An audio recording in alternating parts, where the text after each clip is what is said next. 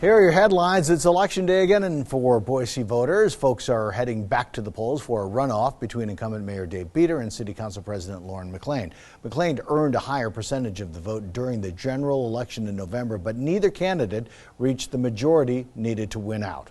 Now, polls close at 8 o'clock tonight.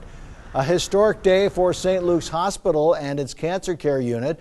Misty, the hospital's Mountain States Tumor Institute, celebrated its 50th anniversary today and has a new name. Misty will now be known as the St. Luke's Cancer Institute. We really needed to have the name cancer in there because so many new people are moving into the valley that even though all the patients and people we've taken care of over the years who've known Misty would have a little bit of trouble finding us in the sort of the Google era. Misty opened at St. Luke's back in 1969. A few months later, it broke ground on what back then would be the state's only standalone cancer center. Since then, the hospital has opened 5 full-time cancer centers across southwest Idaho. Now, Chief Meteorologist Scott Dorval with the On Your Side forecast.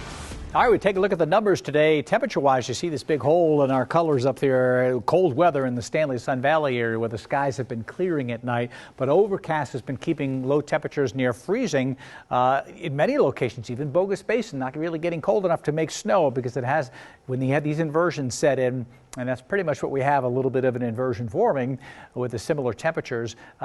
It's hard to get the colder temperatures at night for Bogus Basin. Now, currently, at least as of 5 p.m., you still see that 34 in McCall, 38 in Boise. It's not warmer aloft, but again, we are seeing the fog and the moisture being trapped in the valley. So it's not much of an inversion, but it doesn't take much to trap this moisture. That's the case. This is an air stagnation advisory in effect all the way through Friday at 2 o'clock. That's a sign that not much is going on until at least then. We'll get some moisture coming in Friday night and Saturday over the weekend, but some rain showers could come in.